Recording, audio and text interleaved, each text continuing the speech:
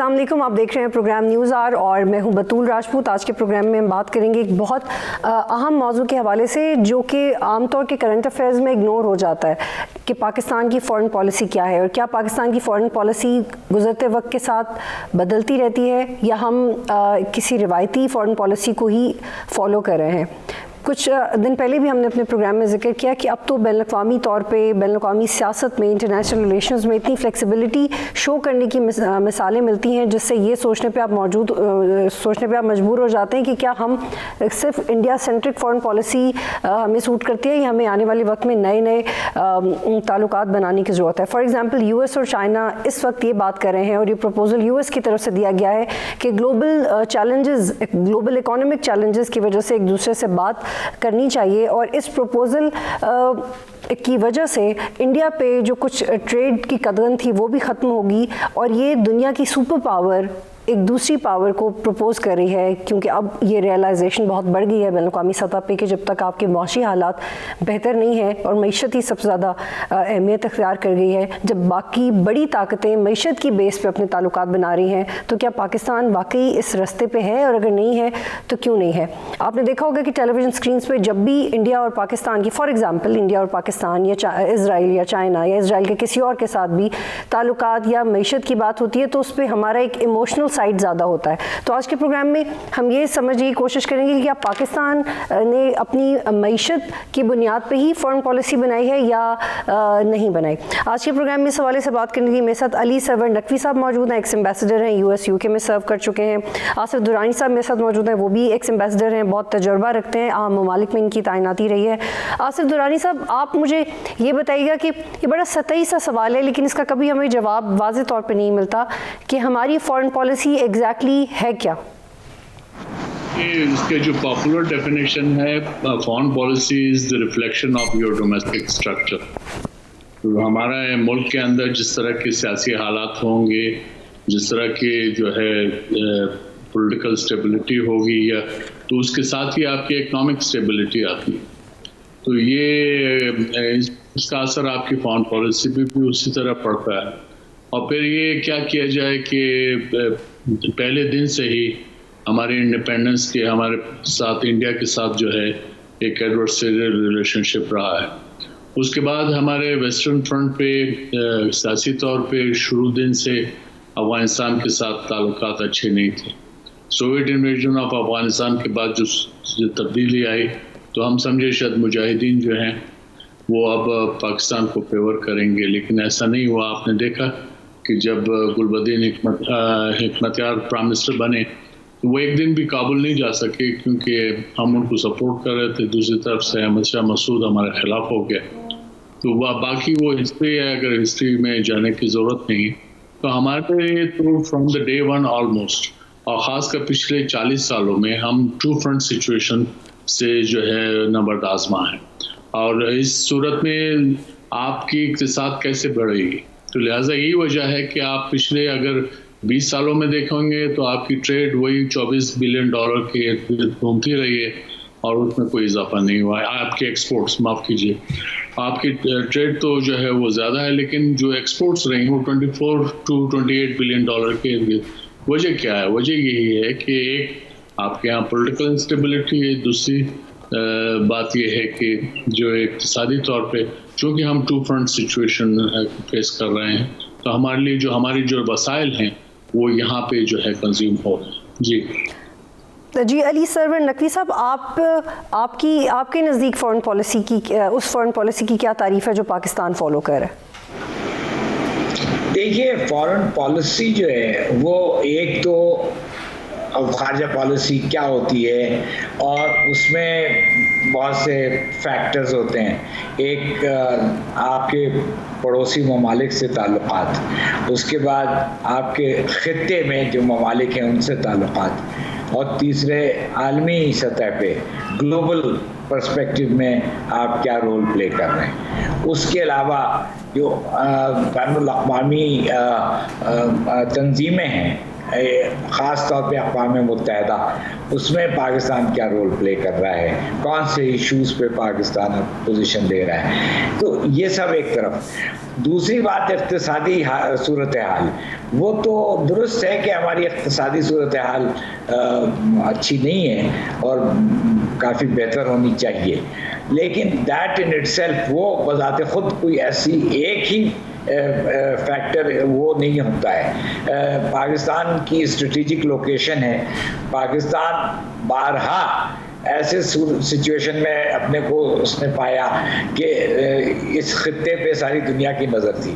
جب اس زمانے کے سوویت یونین نے افغانستان میں انٹروینشن کی تھی تو وہ ایک گلوبل ایشو تھا اور اس میں پاکستان ایک اہم رول پلے کر رہا تھا. تو اسی طرح وار آن ٹیرر میں بھی گرچہ ہم اس کو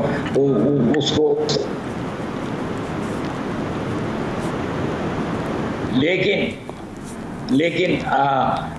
پھر بھی وہ ایک اہم گلوبل ایشو پیدا بن گیا.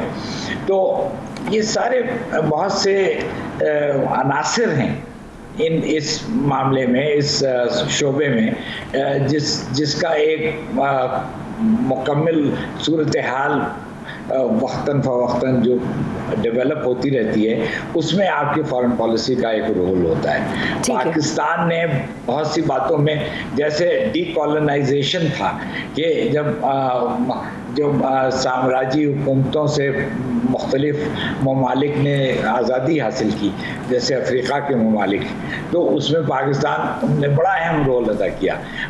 میں نے الجیریا میں وقت گزارا ہے اور وہاں پہ ابھی بھی وہ یاد کرتے ہیں کہ جب ان کے لیڈرز آزادی کے لیے لڑ رہے تھے تو وہ پاکستان نے ان کو اپنے ملک کا پاسپورٹ دے دیا, کیونکہ ان کو نہ فرانس پاسپورٹ دے رہا تھا نہ الجیریا, تو وہ کہیں ٹریول نہیں کر سکتے تھے.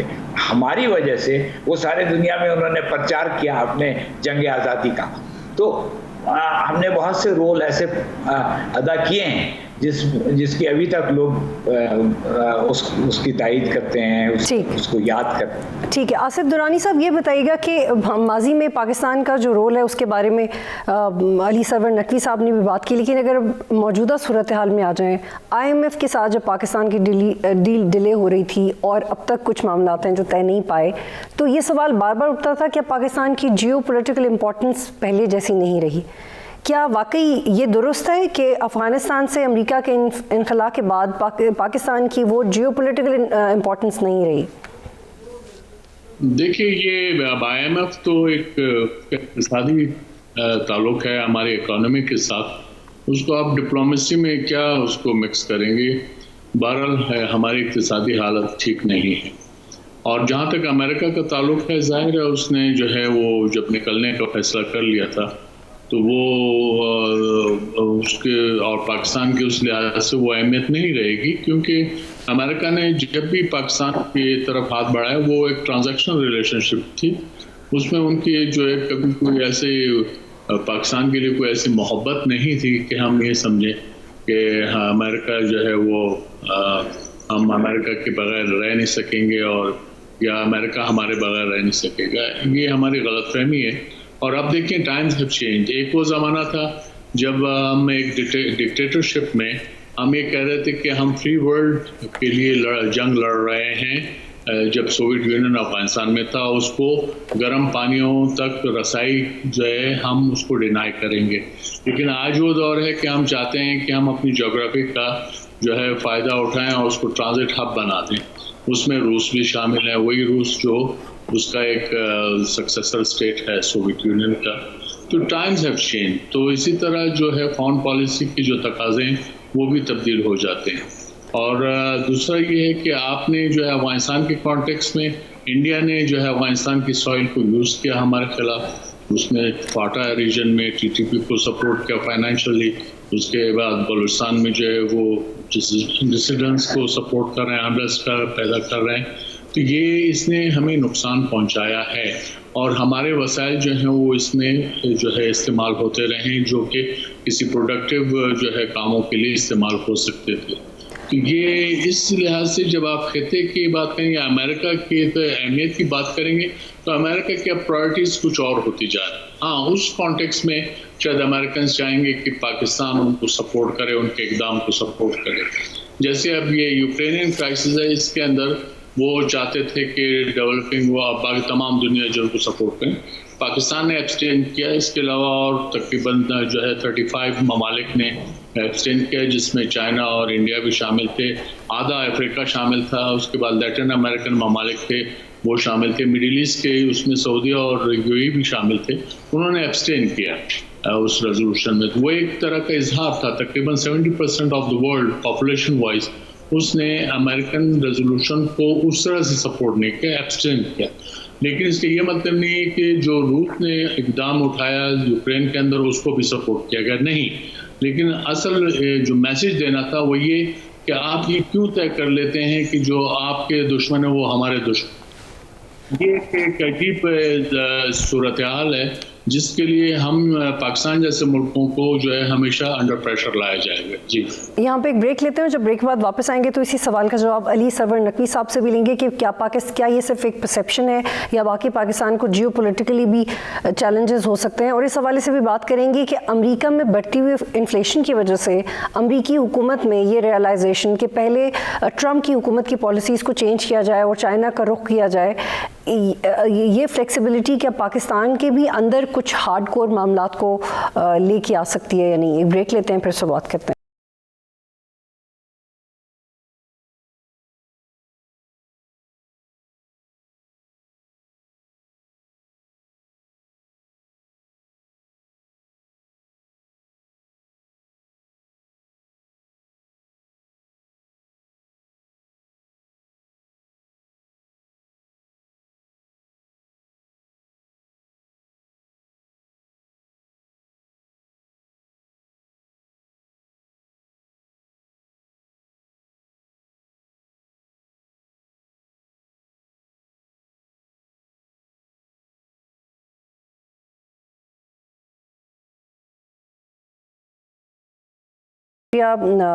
پروگرام میں خوش آمدید ناظرین۔ علی سرور نقوی صاحب، آپ مجھے بتائیے گا جو میں نے سوال ابھی ریز کیا۔ دیکھیے، میں نے پہلے بھی کہا تھا کہ بہت سے فیکٹرز ہیں، بہت سے عناصر ہوتے ہیں فارن پالیسی کے مد میں، اور پاکستان نے اپنے لیمیٹیشنز کے باوجود جو رول پلے کیا ہے وہ میں سمجھتا ہوں کہ بہت ہی قابل تعریف ہے۔ اب جیسے کہ روس اور چین، امریکہ اور چین کے درمیان جو روابط پیدا ہوئے، جو پیپلز ریپبلک آف چائنا اور یونائٹڈ اسٹیٹس آف امریکہ، یہ دو ممالک ایک دوسرے کے سخت خلاف تھے، اور امریکہ نے پیپلز ریپبلک کو تسلیم بھی نہیں کیا تھا۔ اس میں پاکستان نے ایک اہم رول پلے کیا، اور اس کے وجہ سے امریکہ نے روس کو، چین کو ریکگنائز کیا، اور آج بھی پاکستان ایک ایسے اسٹریٹجک لوکیشن میں بیٹھا ہے، موجود ہے، جہاں امریکہ جو ہے وہ چین سے جو لڑائی کر رہا ہے یا رائیولری جو اس کی ہے، اس میں پاکستان ایک اہم رول ادا کر رہا ہے اور کرے گا، کیونکہ پاکستان چین کا دوست ہے اور شروع زمانے سے چین سے بڑے اچھے اس کے تعلقات ہیں، اور امریکہ چین سے عداوت کیے ہوا ہے، لڑائی مولی ہوئی ہے، تو اس میں پاکستان کا ایک اہم رول پیدا ہوتا ہے۔ تو یہ جیو پولیٹیکل جو آپ بات کر رہی تھیں، وہ اس میں اس کانٹیکسٹ میں پاکستان بڑا ایک اہم ملک ہے۔ پاکستان اگر کسی اور جگہ لوکیٹڈ ہوتا تو اس کو فارن پالیسی میں کوئی اتنی دھیان دینے کی بھی ضرورت نہیں ہوتی، لیکن ہم ایسی جگہ موجود ہیں جہاں پہ ہمیں فارن پالیسی کو بہت غور سے اور بہت ذمہ داری سے ہینڈل کرنے کی ضرورت ہے۔ لیکن وہ یہ بھی بتائیے گا کہ کون سے ایسے معاملات ہیں جن پہ ہمیں فلیکسیبلٹی شو کرنے کی ضرورت ہے یا زیادہ سٹینڈ لینے کی ضرورت ہے؟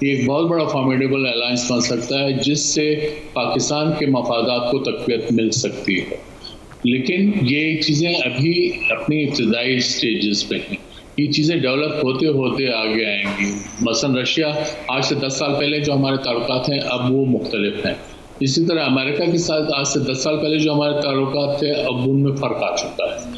تو یہ ہم کو یہ تمام چیزیں مد نظر رکھنی ہوں گی اور اسی کی جو ہے روشنی میں ہمیں اپنے جو نیشنل انٹرسٹ ہے اس کو کے مطابق ہمیں جو ہے اپنے جو تھریٹ پرسیپشن کو ڈیفائن کرنا پڑے گا اور جو اپرچونیٹیز ہیں ان سے فائدہ اٹھانا پڑے گا.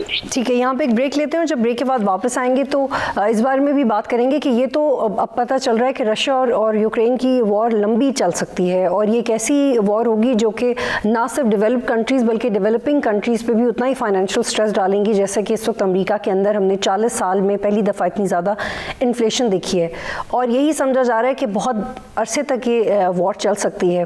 پہلے بھی جب ہم نے عراق اور شام اور دیگر ممالک میں ایسے صورتحال دیکھی تو اس کا اثر بھی عالمی منڈیوں میں بہت بری طریقے سے پڑتا رہا. لیکن ایسی صورتحال میں جب ممالک اپنے آپ کو تیار کر رہے ہیں انکلوسیولی, ان کو کیا اقدامات کرنی چاہیے اور پاکستان کی بالخصوص کیا پالیسی ہونی چاہیے. ایک بریک لیتے ہیں پھر سے بات کریں گے.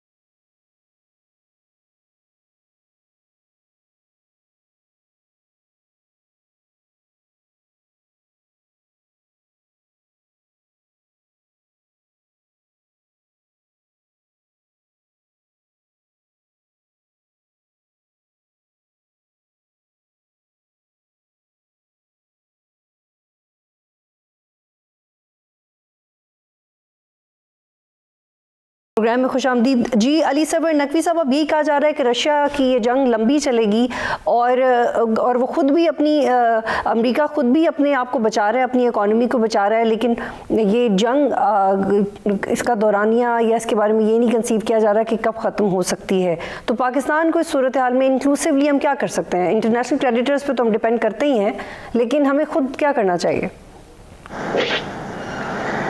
یہ ہمارے لیے بہت بڑا ڈیلیما ہے. یہ ایک ہمارے لیے ایسا مسئلہ ہے کہ اس میں ہمیں بہت احتیاط سے اور بہت سمجھ سے اور سنجیدگی سے اس کو ڈیل کرنے کی ضرورت ہے. اب دیکھیے, اول تو یوکرین اور روس کی جو جنگ ہے وہ آپ نے صحیح کہا کہ ابھی چلے گی. تو اس حالت میں بہت کچھ ہو سکتا ہے, جیسے کہ یوکرین کی ڈویژن بھی ہو سکتی ہے.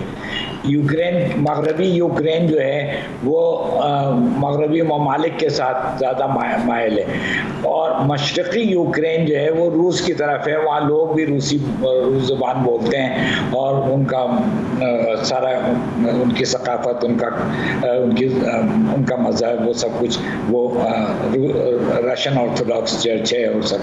تو بہت ان کی آپس میں کوہیژن ہے. تو اگر ایسا ہوا, ڈویژن ہوا, تو اس میں پاکستان کچھ چاہیے کہ دونوں طرف سے ملا کر رکھے اور کوئی سائیڈ نہ لے. اب یا تو یہ ہوتا ہے یا جنگ جو ہے ایسی ہو جاتی ہے کہ یوکرین کی شکست ہوتی ہے.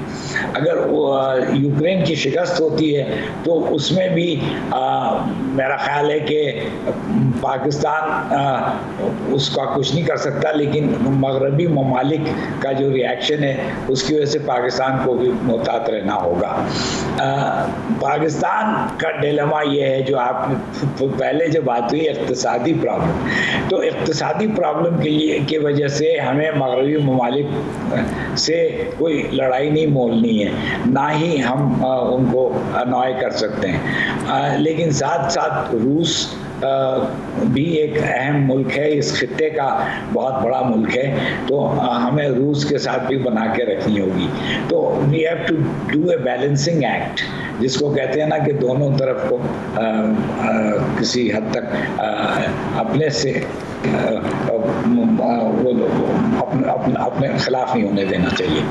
تو یہ کرائسس جو ہے یہ بہت بڑی کرائسس ہے. اس کا تو میں سمجھتا ہوں کہ ایک ایٹمی جنگ کی بھی صورت اختیار کر سکتی ہے یہ کرائسس, کیونکہ روس نے اگر خدا نخواستہ نیوکلیئر ویپن استعمال کیا تو وہ پھر بہت سنگین حالات ہو جائیں گے. تو یہ ساری باتیں جو ہیں ہمیں ہمارے خارجہ پالیسی میکرز کو دیکھنا ہوگا اور اس میں اسٹیپ بائی اسٹیپ آگے بڑھنا ہوگا جس میں ہمارے قومی مفاد کو آنچ نہ آئے. جی آصف درانی صاحب, آپ بتائیے گا کہ پاکستان کو اگر رشیا یوکرین وار لمبی چلتی ہے تو پاکستان کو کس طرح سے تیاری کرنی چاہیے؟ میں یہ کہہ رہا ہوں کہ وہ ہمارے لیے جو نیوٹرل رہنا جو ہے وہ زیادہ ہمارے مفاد میں ہے. ہو سکتا ہے وقتی طور پہ کچھ جو ہے وہ ناراضگی کا یا ناپسندگی کا اظہار کیا جائے, لیکن آپ یہ دیکھیں کہ اگر جنرل اسمبلی کی ریزولوشن جو ہے وہ اگر ایک گائیڈ ہے تو اس میں جو 35 ممالک تھے وہ بہت بڑی تعداد ہے پاپولیشن کے لحاظ سے. اگرچہ ویسے تو 193 کنٹریز تھے, ان میں سے 141 نے ریزولوشن کے حق میں ووٹ دیا, لیکن اس میں ایسے ممالک ہیں جن کی تعداد 10,000 بھی ہے, جن کی تعداد 1 لاکھ بھی ہے, 2 لاکھ ہے, لیکن جو بڑے ممالک تھے انہوں نے ایبسٹین کیا. اسی طرح تقریباً 12 ممالک نے ایبسنٹ رہے, انہوں نے اس میں وہ نہیں کیا. پھر 5 ممالک وہ تھے جنہوں نے رشیا کو سپورٹ کیا. کہنے کا مطلب یہ ہے کہ یہ ایک جنگ ہو رہی ہے. بلاکس اگر یہ رینیول آف کولڈ وار ہے تو ہم جو ہے پچھلی دفعہ جس طرح سے اس کا حصہ بنے تھے ہمیں وہ اوائڈ کرنا چاہیے. دوسرا یہ ہے کہ اب جس طرح کی جو کولڈ وار کی طرف بڑھ رہا ہے اس میں رشیا بھی ہے اور چائنا بھی ہے. امریکہ ان دونوں کو جو ہے وہ انڈر پریشر لانا چاہتا ہے. چائنا کو وہ کنٹین کرنا چاہتے ہیں جو ہے ایشیا کے اندر, ایشیا پیسیفک ریجن کے اندر. انہوں نے جو ہے وہ کوارڈ بھی بنایا ہے جس میں انڈیا, آسٹریلیا, امریکہ اور جاپان شامل ہیں. یہ وہ اٹیمپٹس ہیں جو سیاسی طور پہ بھی, اقتصادی طور پہ بھی اور ملیٹریلی وہ اپنے آپ کو اس طرح سے ایک پوزیشن میں لانا چاہتے ہیں کہ چائنا کو کارنر کر سکیں. رشیا کو بھی وہ اسی طرح کرنا چاہیں گے یورپ کے اندر. اور اب ایک اور جو بڑی بات ہے اس میں 2 اہم ایشوز ہیں. یہ جو رشیا سے گیس اور انرجی پہ جو بائیکاٹ یورپ کر رہا ہے اس کا اصل فائدہ امریکہ کو ہو رہا ہے, جبکہ اب یورپ جو ہے وہ تقریباً 10 ٹائمز زیادہ مہنگا جو ہے آئل وہاں امریکہ سے خریدے گا اور گیس خریدے گا, اور جبکہ وہ تعداد اس کی شارٹیج بھی رہے گی کیونکہ امریکہ جو ہے وہ اس مقدار کو پورا نہیں کر سکے گا. اور دوسری بات یہ ہے کہ اس ٹینشنز کی وجہ سے رشیا کی اس وجہ سے اس کو پریٹیکس بنا کے اب نیٹو کے جو ممالک ہیں جن پہ امریکہ زور ڈالتا تھا کہ آپ اپنے جی ڈی پی کا 2% ڈیفنس کے لیے میں جو ہے استعمال کریں, وہ پہلے ریلکٹنٹ رہتے تھے, لیکن اب ہو گیا. جرمنی نے اپنا جو بجٹ ہے جو 70 بلین یورو کا تھا اس نے 100 بلین یورو بڑھا دیا 2% کے حساب سے.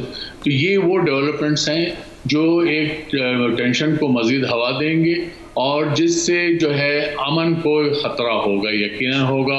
اور اس میں اب باتیں جو ہیں وہ نیوکلیئر ایکسچینج کی ہو رہی ہیں, تو یہ اس سے بھی زیادہ جو ہے خطرناک باتیں کر رہے ہیں جس کا جو ہے یعنی اظہار بین الاقوامی طور پہ بھی جو ہے ممالک جو ہے اپنے کنسرن کا جو ہے اظہار کر چکے ہیں. تو ہمیں اس ساری صورتحال میں رہتے ہوئے اور خطے کی صورتحال میں رہتے ہوئے اور اپنی اقتصادی صورتحال کو دیکھتے ہوئے ہمیں کوشش یہ کرنی چاہیے کہ ہم نیوٹرل رہیں. یہ ہمارے حق میں ہے. اگر ہم کسی کی بھی سائڈ لیں گے تو اس کا مطلب یہ ہے کہ آپ اپنے آپ کو جو ہے پارٹی بنا دیں گے. اگر آپ جب پارٹی بن جائیں گے تو اس صورت میں آپ کے اوپر بہت زیادہ ذمہ داریاں بڑھ جائیں گی, اور خاص کر جب آپ جس خطے میں رہتے ہیں کوشش یہ کرنی چاہیے کہ خطے کے ممالک کے ساتھ آپ کے تعلقات اچھے ہوں. اور خاص طور پہ چین جو ہے ہمارا ایک ٹرسٹڈ فرینڈ ہے,